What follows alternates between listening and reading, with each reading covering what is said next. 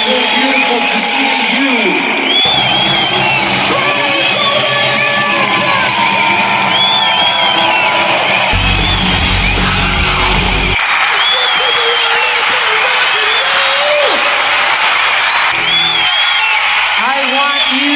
To want me.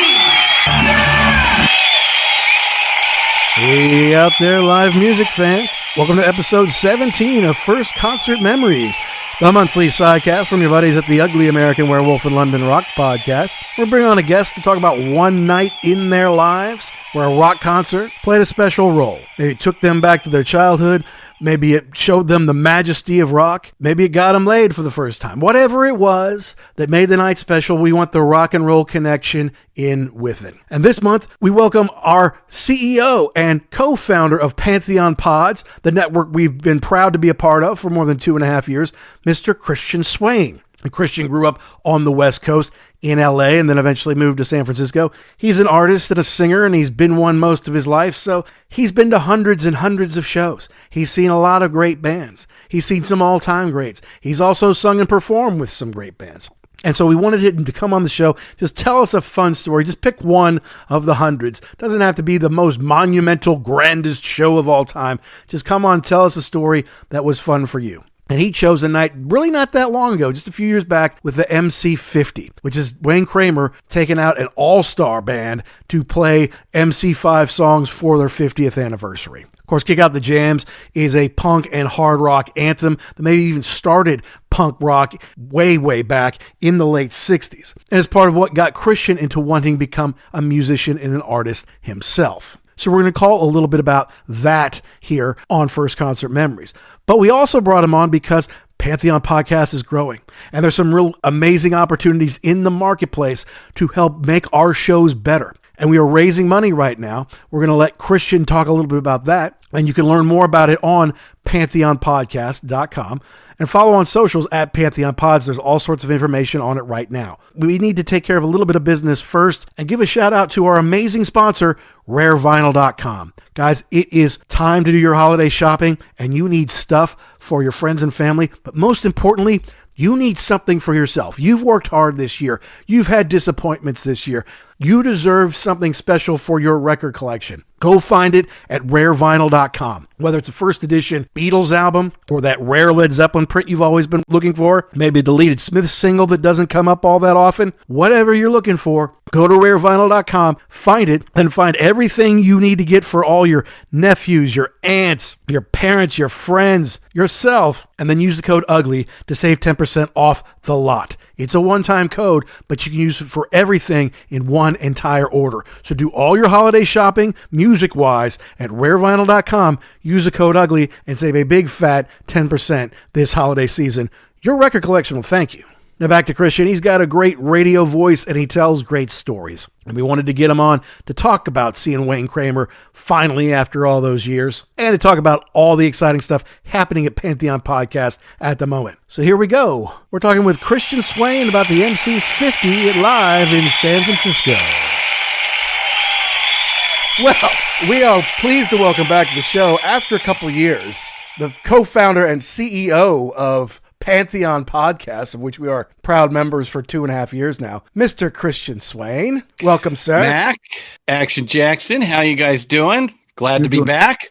Fantastic. I can't believe it's been two and a half years. A great 2.5 years to have you guys on board, huh? Yeah. No, it's been going great. I remember the first ever episode we launched on the Pantheon platform was our interview with Jeff Downs of Yes and Asia and the Buggles fame, somebody who we would have been chasing for a while, and we just got more and more interviews ever since. But this is not our main weekly show, where the Ugly American Werewolf in London, where we talk about some kind of a theme, maybe an album, maybe a concert, whatever. This is our monthly First Concert Memories, which we launched last summer, and we've had cool podcasters on, we've had artists on, we've had writers on. What the hell you got me on for then? Well, I'm gonna tell you why here in a second. But this is about preserving those moments that make people rock and roll fans, right? One night that you can point to and say, yes, that was awesome. That's why I love rock and roll. And we want to share those memories and keep them alive. That's how we're going to keep rock alive. So We asked you to do that. But before we get into that special night, which is really for someone who's as experienced a concert goer as you, I thought you would have picked something from like 40 years ago or whatever. I have those in my back pocket. I just, was kind of like, I've talked about this. I've talked about what is something a little bit different. So I thought I'd come in with something different. With something killer that we're excited to hear about. But before we get into that, there are some exciting things going on at Pantheon right now. Yes, opportunities. And if you could give us 5 minutes or so, have our listeners understand what we're all so excited about and what you've been working so hard on, I think that'd be a great way to seg into your big show. Well, I appreciate the opportunity to even talk about this. So Peter and I started this concept almost 10 years ago. And we started with a single podcast called Rock N Roll Archeology. And we were the podcasters at that point. Still going. And then we built out a network through necessity more than anything else. And the first thought was just let's build out a community of like-minded folks from around the world to help keep this music alive. Certainly 10 years ago, it was in a really, really bad space. I think music's in a much better position today than it was even 10 years ago. I agree with you. Yeah. And I mean rock and roll. Rock music, right, exactly. I don't care about anything else. What I might call authentic music, and you know it when you see it. You can smell the bullshit ones, put it that way. Yep. And so, to your point, and what's great about this concept is there is nothing like a rock concert. Nope. I'm sorry, but a pop concert and a classical concert or jazz or whatever, it's just not the same animal. True. They all have their unique places and positions in the culture and are worthy of whatever interest somebody might take. But if you really want to feel that raw, animalistic, visceral, connective with a group of people all vying for the same thing for 3 hours, there's nothing like a rock concert. Or as Peter likes to say, it's like your sports team, but except they never lose. Right. Every night's a win. And that is what a rock concert is. And so that's what we gathered around ourselves. And in 2021, we incorporated. We could see that a business, an industry was being built. It's no surprise. We're going to replace radio. That's everybody understands that, the infinite dial and all that with podcasting. And the advertising dollars are seeing that. And, that's $25 to $30 billion in annual revenue that will go from terrestrial radio, and that's just the US dollars, by the way, into podcasting. Well, we also feel that periodicals, magazines, another dying industry, is also going to come to podcasting, and that's about $50 billion in annual revenue. So we know that we're at the beginning of a new medium platform. We passed the crucible in 2023 of the fad idea. Was podcasting a fad like Clubhouse? And you know what? It's more than a fad. There is a distinct, unique nature to it that is being utilized throughout society in various ways. We just happen to focus on music, but others are out there as well. And people live in a mobile world, so a magazine in your ears. Gosh, that just sounds like a perfect 21st century tool. And as we like to say, we're the music journalists, the FM DJs, and the music store clerks of the 20th century wrapped into a 21st century package. So what we know, what we have to do is we need to now turn this into a real industry, a real business. And so we knew we were going to raise capital. And we looked at a couple of different options. And the one that made the most sense to us and the one that we felt would be beneficial to those who came along with us on this 9-year ride was something called Start Engine. And so Start Engine is a equity crowdfunding company that is approved by the SEC.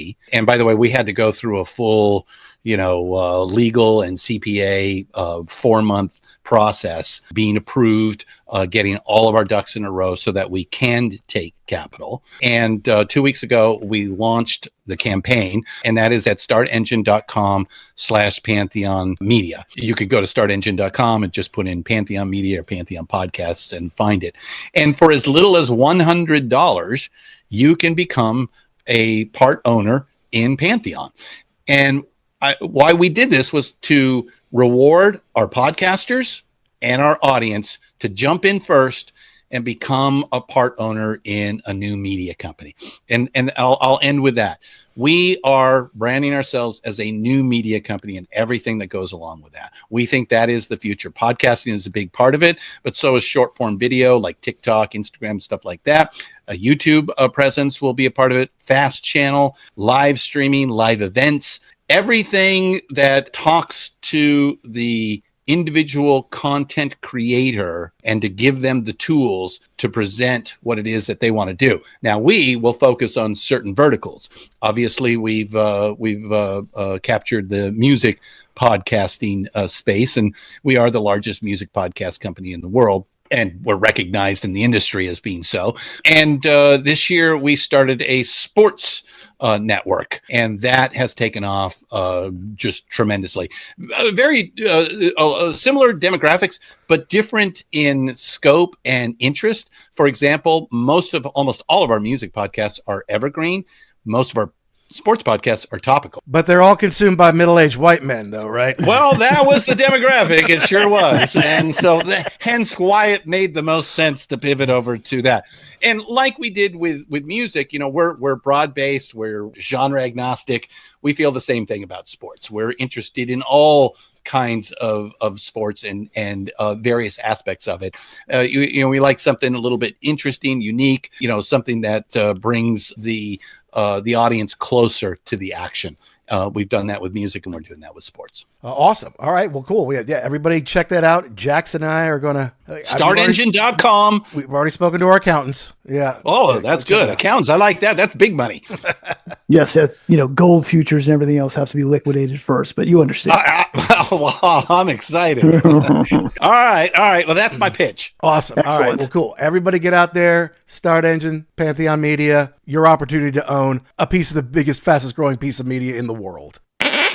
Hey, what's up, everybody? It's rock and roll comedian Don Jameson, and you're listening to my Pantheon podcast partners, the Ugly American Werewolf in London, and actually, they're kind of beautiful.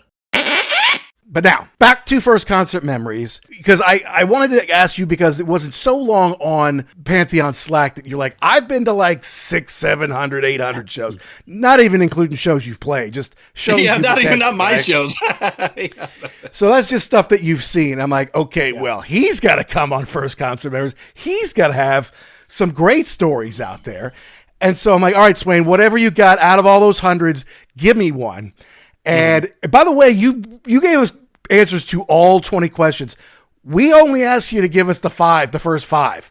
So we know the basic facts, the who, what, where, when, why kind of stuff. Mm-hmm. So we can do our own research. Sure. You treated it like a term paper. You really sent us all the information all together here. I'm not going to read it all, but it was the MC50, not quite the MC5. Right. On October 4th, 2018 at the Regency Ballroom in San Francisco. Yeah. Now, everyone talks about the MC5 being that kind of original proto-punk, hard rock, amazing live act. Maybe they weren't great songwriters.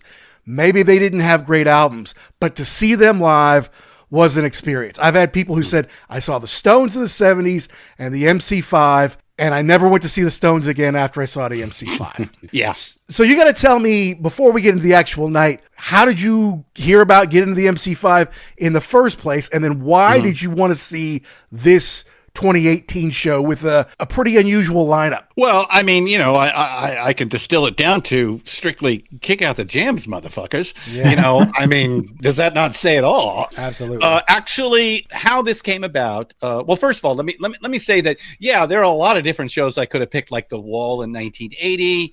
Bruce Springsteen's The River tour on Halloween night, where he played for 5.5 hours. The Rolling Stones, as many times as I've seen them.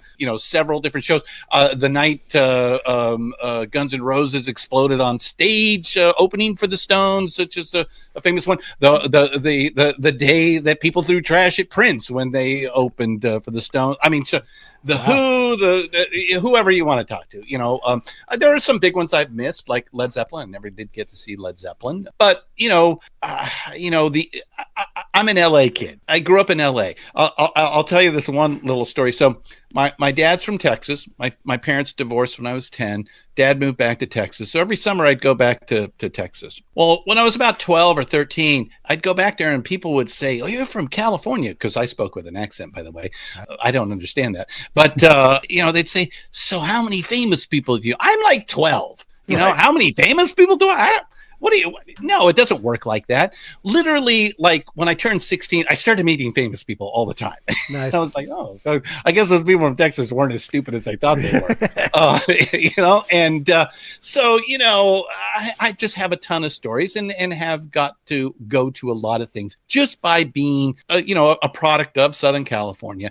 And of course, trying to get into the music industry myself, whether I'm paying or whether I got some freebies or what have you. So lots of shows. So I could have picked a lot of different ones, but, I don't know. It was the way that you kind of presented the opportunity to me. I said, I want to highlight this particular show because it was a big deal. And the fact is Wayne Kramer just recently passed. That's right. And that's kind of a big deal. Yes, the MC5 are, I consider, the original punkers. I mean, for fuck's sake, their roadie was Iggy Pop. Okay, right. So if that doesn't tell you everything you need to know right there, then what does? There's no Alice Cooper without seeing the MC5. Okay, because the Alice Cooper of Frank Zappa period, didn't work. The Alice Cooper of Detroit, that worked. That's right. So still works. And it still works today. Right. Right. So, and Alice is the first one. I'll tell you, we saw the MC5 and we said, we're going to do that, in their own way. And so if you remember, I used to have a interview show myself called Deeper Digs in Rock.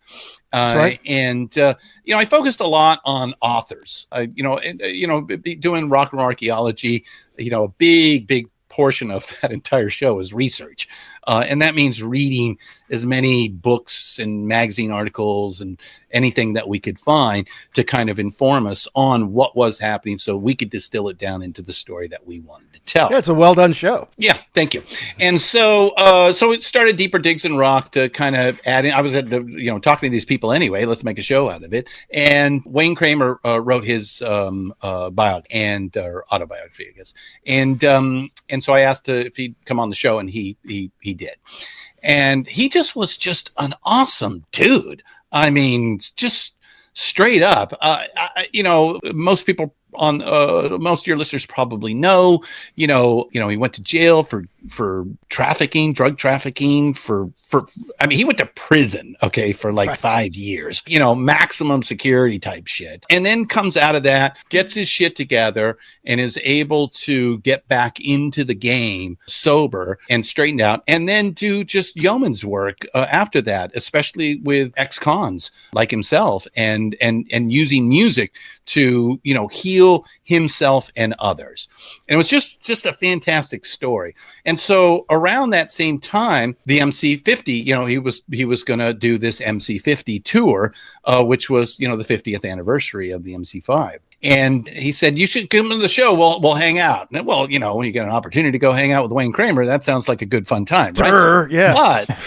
But I had tickets to another show from another artist that I was working with, very different from Wayne Kramer and the MC5, Mindy Abair, who's a world-renowned jazz saxophonist who also has a kind of a blues rock band called Mindy Abear and the Bone Shakers. And she was promoting the Bone Shakers at the time. So she had been on my show like the couple weeks before or the couple weeks after, I can't remember.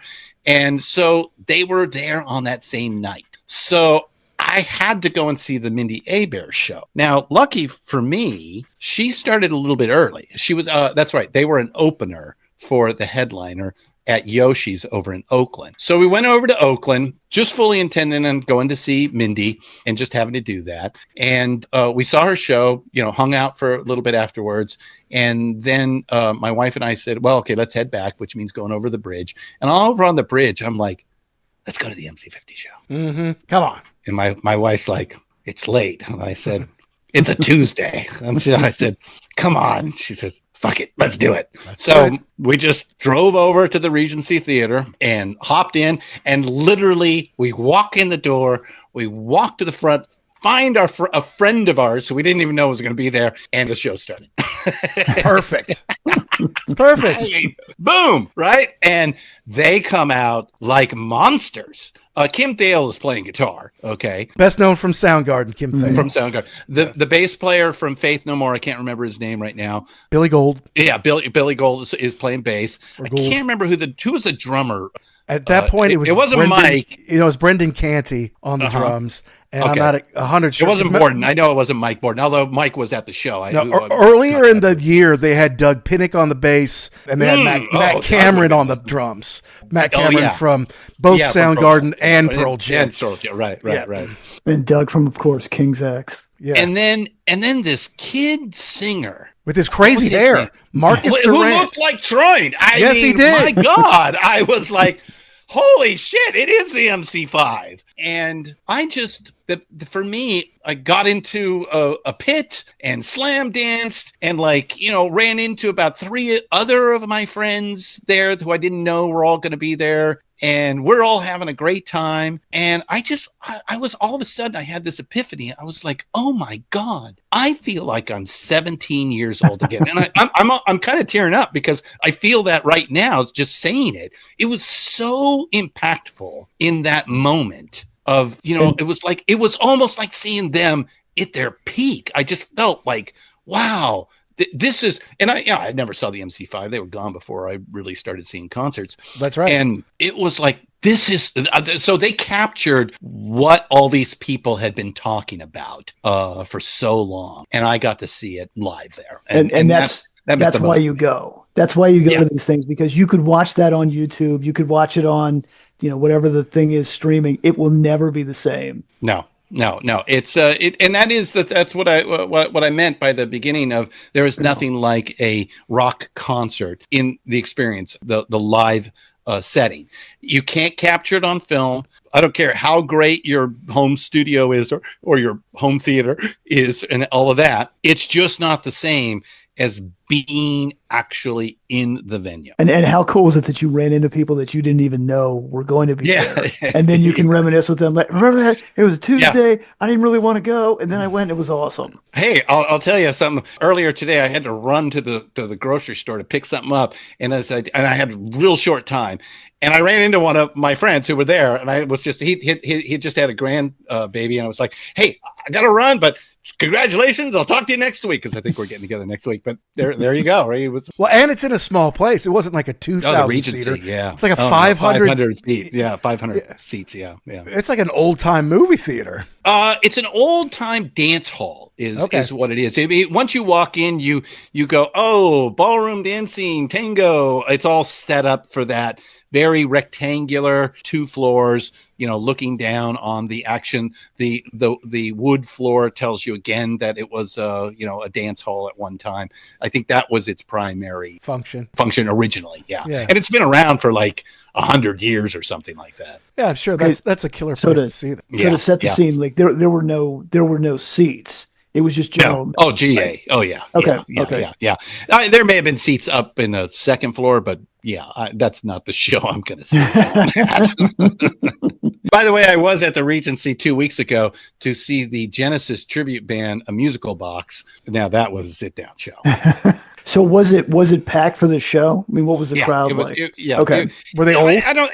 Were they old? Were they old? The crowd. Yeah, I would say it's skewed older.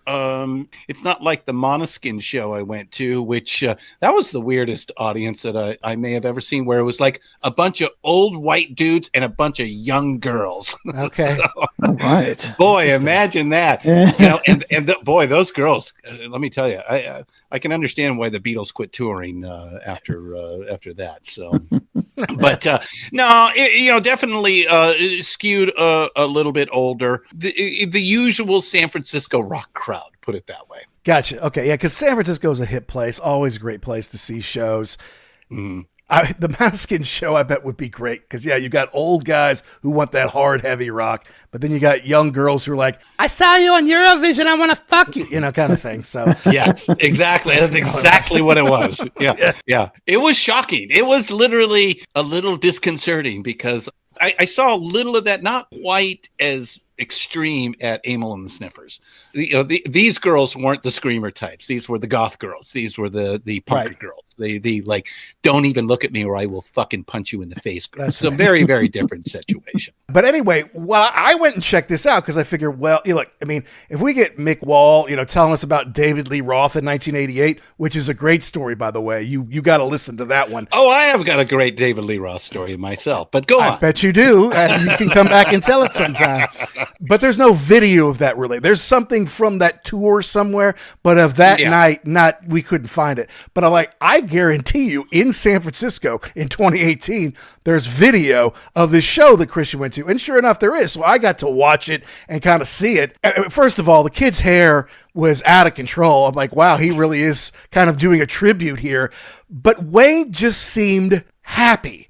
I mean, he's this kind of small, bald, old man, basically. But he's raising up his guitar all the time. And, he's not giving the energy maybe he did 50 years ago, but he's doing what he can do, and he's having a blast.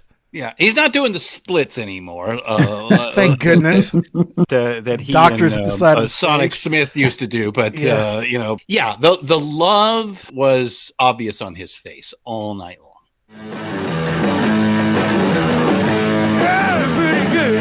Yes, I could get crazy.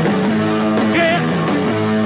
All I do when I'm listening, I hate it. Yeah. I know how you want it. I could get tight. Girls can't stand it when you do it right. Let me up on the sign. Let me kick out the time. Yeah. Kick out the jam. Gotta kick on my. So kick out the jams, obviously. Everyone's waiting for that. But the thing is, they play that so early in the show. Yeah. It's like Kick Out the Jams is basically the second song. First is Ramblin' Rose, a Jerry Lee Lewis song, but they do it kick-ass. And then you do Kick Out the Jams. Well, what happens if Kiss plays Rock and Roll All Night in the second song? Right? What if the Stones open with Satisfaction? Where do you go from there? So what was it like after that? So you're losing your mind to Kick Out the Jams, and then you're like, well, the show just started. You're already at 10, right? Where do you go? They just kept it going. I didn't feel, even though, there were some deep cuts and, some other things that maybe I wasn't as familiar with would come, but it didn't matter because the presentation was 100% or 110% from everybody in that band. So, I just went along with just the primal feel of what was happening sonically and in the audience. Yeah, it was songs like I Want You Right Now, Teenage Lust, Future Street, Call Me Animal. You don't really have to understand exactly what they're saying to get into what's happening there. Yeah, there's a lot of kick out the jams in all of those songs. Okay, they're all kicking out the jams. But I guess so, right? They don't have any slowdown songs. I mean, there's a song called Sister Ann. Even that's not even a slowdown.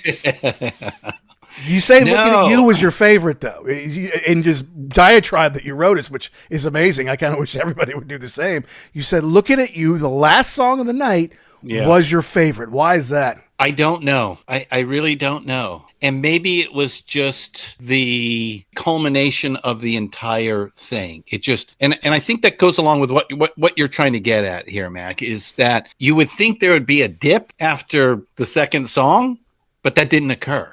it just went from 211 from the second song to the end. Unbelievable. So you just kind of like go, wow.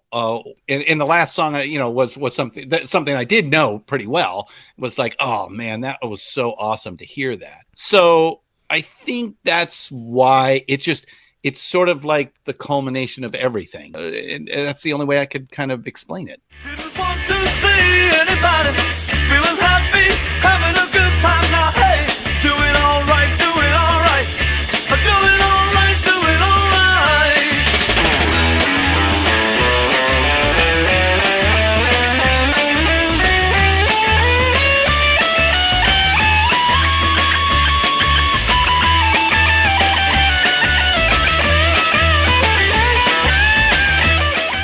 You think they did, but obviously they did it on purpose, but it kind of gets it out of the way because you're not waiting for it. Like maybe it's the next song. Maybe it's the next song. Maybe they're going to close. I think it was smart.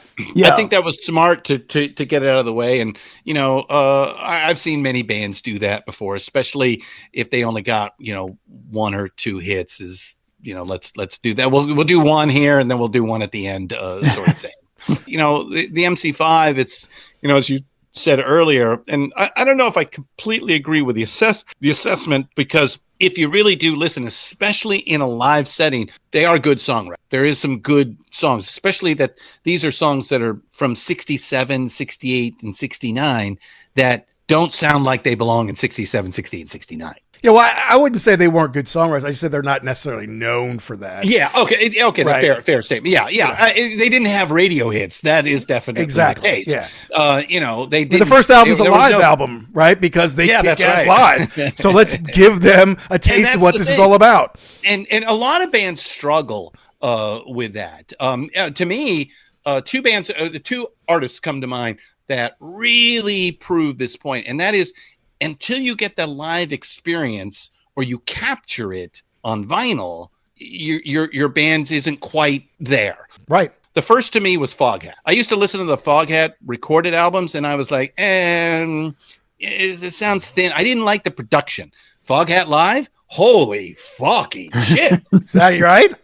So there's a great example. Here's an even better example, and a world-renowned giant example. Peter Frampton. Look, I loved Humble Pie, got all that. Peter Frampton's solo albums, they were tinny as hell. Frampton Comes Alive? Fuck yeah. So, they captured that.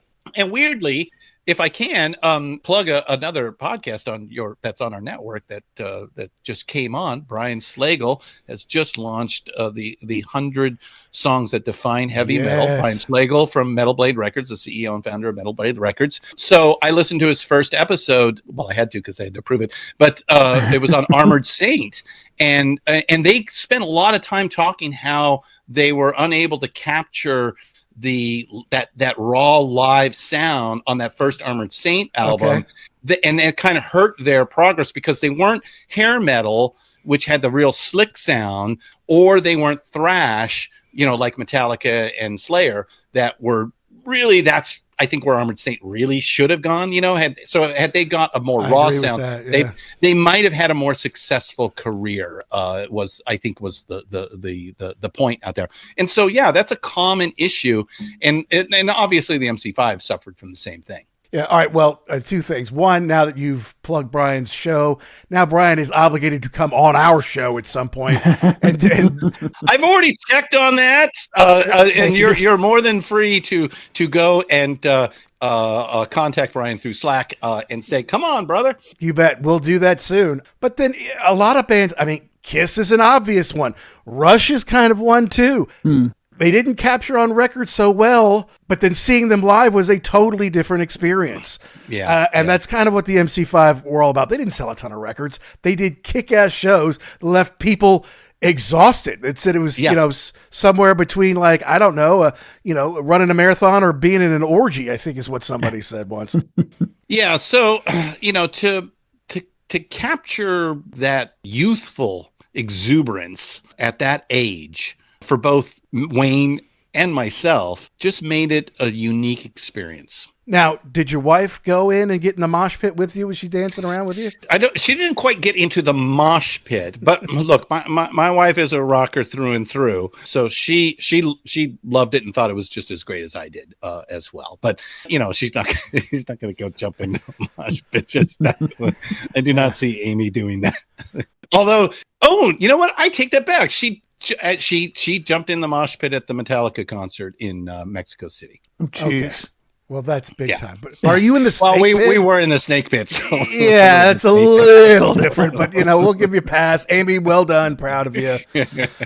We are going to go see, because I saw Metallica at the beginning of this tour in Amsterdam. They kicked it off because I was still living there. I had to go back because we moved away, but Jackson didn't get to go. And now in May, we're going to Nash Vegas just a few weeks after the big podcast event in Nashville. Rock and Pod. Rock and Pod. You guys are going to do Rock and Pod. Okay, cool. Well, just a few weeks after that, we're going to be in Nashville again. And then that'll be a blast because we haven't seen Metallica together since the Black Album, I don't guess. Oh, but I remember, Mac, you got to see M72 pretty early on, right? First two shows. Yeah, first two shows. You saw the first two shows. They kicked it off the Hamburg shows. I'm sorry, the Amsterdam shows. Yeah. Right, you're right. Okay, so... Because I started plugging it, and you were like, that's interesting. That was before we announced a partnership with Metallica. Why is that so interesting, Christian? Well, as you probably know, I have some inside dope on Metallica and the M72 specifically. And I don't think I'm speaking out of turn by saying this, and Jackson, you're going to get to see something pretty special. Mac, you got to see the invention of something. The invention of literally where they went, we're going to do what the fuck? And it took them a little bit to get that whole giant system worked out. I mean, Kirk's audio was horrible night one. It was horrible. Yeah. We've heard some of the stories, but I deferred going and seeing it until, first of all, I wanted to make sure the pod was up, running, successful. Of course. So that I don't just go knock on the door and say, here, let me have some tickets and come in there. Unless it was like, hey, you did a good job, right? So I don't want everybody to go, yeah, fuck you. What the hell are you doing here? And so at the same time, I almost went to Detroit last year because it was on November 12th, which is my birthday. So I was really close. And then something family-wise came up and I couldn't go. So we bagged it. This year, I knew, and I kind of already knew because they had launched the 2-year schedule out. That's right. Mexico City was at the end of the 2 years. And I was always looking at that one going, that's the one to go to. That's the one you wanted, yeah? I've always a bucket list. I want to see a hard rock show in Latin America. Oh, yeah. I've seen the videos. This is a whole nother fucking level. I know. I want to do that. So we set it up to go and do that. So now I've seen the show at the end of the second leg or the fourth leg, if you count the European and US legs here after 2 years. And this was a fucking sheen. Yeah. I mean, they were on fire both nights. I mean, granted, it was the last 2 nights. And yes, even Steph has said that final night was probably the best show of the tour. But you could just see it. And the only thing that I can compare the M72 to was the wall.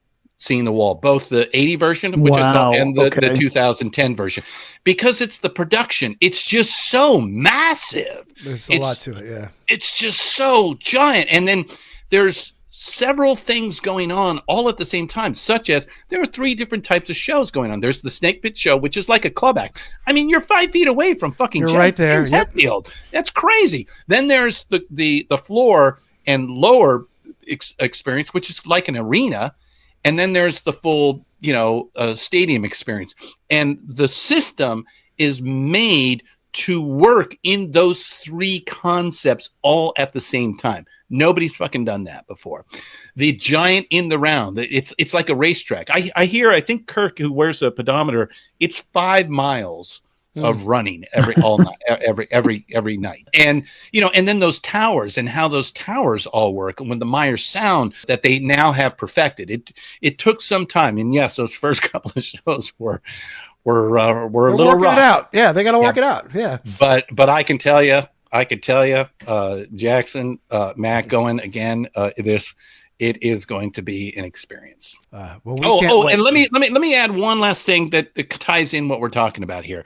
You mentioned Wayne Kramer seeing the video and the love that he had, which was almost exuberance, and with the audience, right? Well, that's the big change for me. I've seen Metallica 5, 6, 7 times, and starting in the 90s. Through, and while I always appreciate them, and you know, I think they're fantastic musicians, great songwriting, don't get me wrong, it didn't quite work for me, if I'm completely honest. Why is that? It kind of left me a little cold, maybe a little too aggressive. Okay, yeah, a little too masculine toxicity, especially the Alcoholica stuff. Yeah. You know, period. And, you know, while I'd see them and I enjoy them, they were great. And the last time I saw them, I think was 2021, 22. It was at Bottle Rock. They were a headliner one night, and we went and saw the Wedding Band. Do you know what the Wedding Band is? That's Rob and Kirk's side project. So they do covers. Yeah. They do like punk and like Misfits and Black Sabbath. That was fucking awesome. That was way better than what I thought Metallica was. You know what? This time, holy crap, I totally got Metallica. And it was because of James Hetfield's delivery.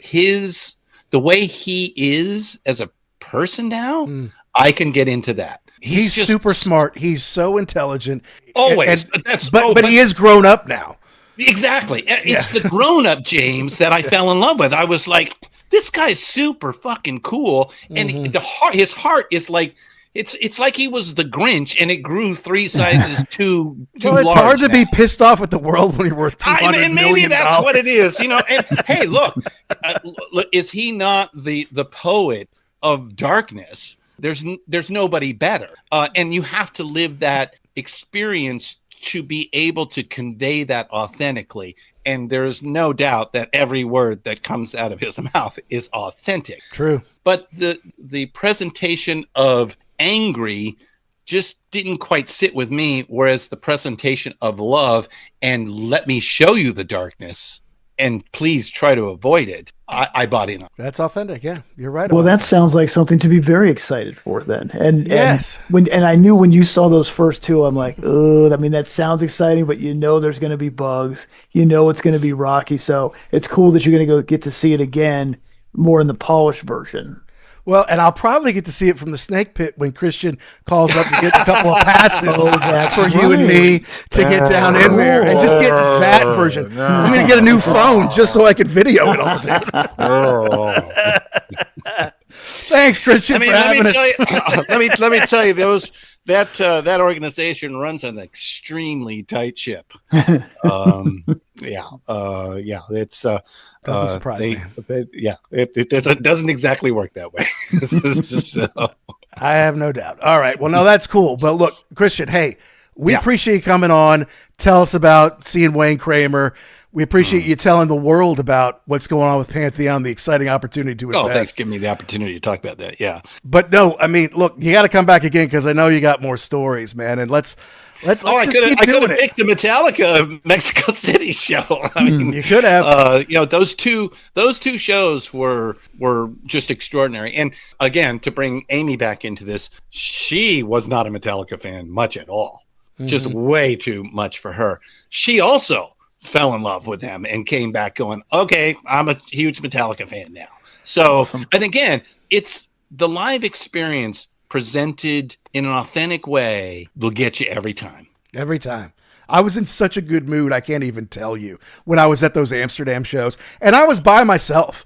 I mean, but the second show I wasn't, because I made friends with everybody around me at the first show, and everybody came back for the second one. And then everyone's welcoming me, hey, high five, hey, good to have you back, all that kind of stuff. I just remember being happy for them and for me, because I remember the first show in 93 or whenever that was, Jackson. Yeah, they used the F word every fourth word, and look how tough we are, you know. And right. dressed in You all got black. a guitar on. It's not a gun. Yeah, exactly. Settle down, as Tom would say. Right. But they've grown into. I mean, look at what they did for the Elton John tribute. Oh, it was awesome. Yeah. It was unbelievable. I'm like, you think they're just a metal band? They can do so much more. They're so talented. It's just they stick in their lane. Yeah, I think of them more as a prog band in a lot of ways. And in fact, Rock and Roll Archeology, our last major episode, was on prog rock. And it was called I Know What I Like. And we made the demarcation point of prog actually beginning with In the Court of the Crimson King, that's the actual first prog album. And to me, with diving in and doing all the research that we did, especially with King Crimson, which was the least of the known ones for me. Don't get me wrong, I know Crimson, but I didn't know them as well as I do. It's not Genesis now. or Yes. It's not Genesis or Yes, which I know. Yeah, Jethro Tull, blah blah blah, which I know up and down, left and right, and center, even before we begin that. Metallica is a direct descendant of King Crimson, as are Iron Maiden, as far as I'm concerned. Oh yeah, that whole new wave of British heavy metal that Robert Fripp style of guitar, that crunchy sort of buzzy chainsaw type of sound. Boy, I can't think of anybody better. That's why he's such a happy guy. All right. Well, that's why he's got a great wife too. So toil. Let's not get into that right now. All right. Thank you, sir. All right. Well, gentlemen, thank you very much. Thanks. Take care. Well, we thank our founding father and CEO of Pantheon, Mr. Christian Swain, for coming on to talk to us a little bit about his night with the MC50 in San Francisco there.